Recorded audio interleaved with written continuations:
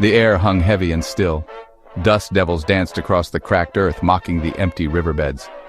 Our hero, a weathered cowboy named Jeb, squinted at the unforgiving sun. His land, once teeming with life, was now a canvas of despair. But Jeb, hardened by years of toil under the relentless sun, refused to surrender. His spirit, much like the ancient oak tree that stood sentinel at the edge of his property, was deeply rooted in hope. Jeb had seen droughts before, cycles of hardship that tested the mettle of man and beast. But this one was different. This one felt eternal, a suffocating blanket of despair. The cattle grew lean, their ribs stark reminders of the scarcity that gripped the land. The once vibrant laughter of children playing by the now dry creek had faded into anxious whispers. Jeb knew he had to do something, anything, to break this cycle of despair. One evening, as the setting sun painted the sky in hues of orange and purple, an idea struck Jeb. He watched as a distant dust devil, a swirling vortex of despair, danced across the horizon. A glint sparked in his eyes, a flicker of defiance against the tyranny of the drought. He wouldn't beg for rain. He would seize it. His gaze fell upon his trusty lasso, its leather worn smooth by years of faithful service. A slow grin spread across Jeb's face. He would lasso the heavens themselves. The townsfolk, their faces etched with worry and despair, gathered around Jeb.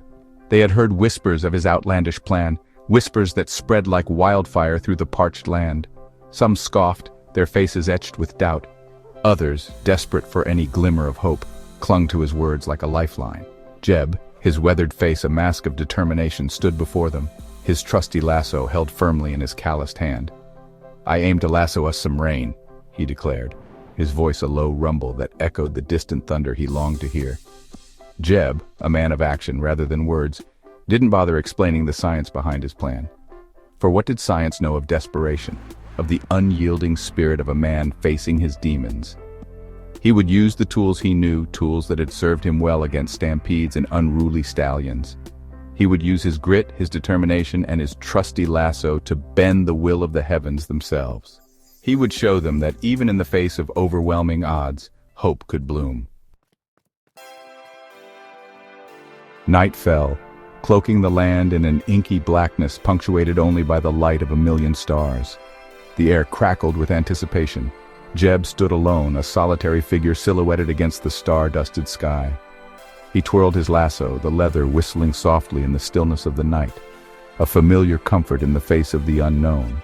Then, with a flick of his wrist and a prayer in his heart, he cast the lasso into the sky.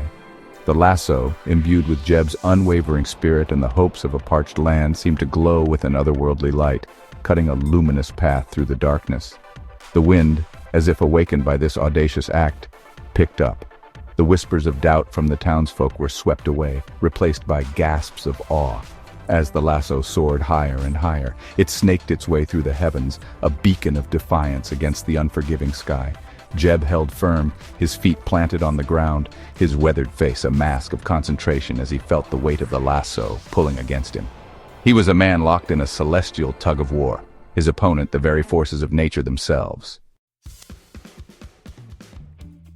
The first raindrops fell, fat and heavy, like tears of joy from the heavens. The parched earth drank greedily, the thirsty ground hissing with contentment. The townsfolk, their faces a mixture of disbelief and elation, erupted in cheers. Children danced in the streets, their laughter echoing through the night, a symphony of hope reborn. The rain intensified, washing away the dust and despair, leaving behind the promise of renewal and life. Streams, long dry, gurgled back to life, their joyous music a testament to the power of one man's unwavering spirit. Jeb, his face turned upwards to the rain, allowed himself a small smile. He had faced down the heavens and emerged victorious. The lasso, its work done, fell from the sky, landing softly at his feet. It was a symbol of resilience, a reminder that even in the darkest of times, hope could bloom. The drought had been broken, not by magic, but by the unwavering spirit of a man who dared to lasso the heavens. As the sun rose, painting the sky in hues of hope and promise, Jeb looked out at his land, his heart filled with gratitude. The air, heavy with the scent of wet earth and the promise of new life, was a testament to the enduring power of the human spirit.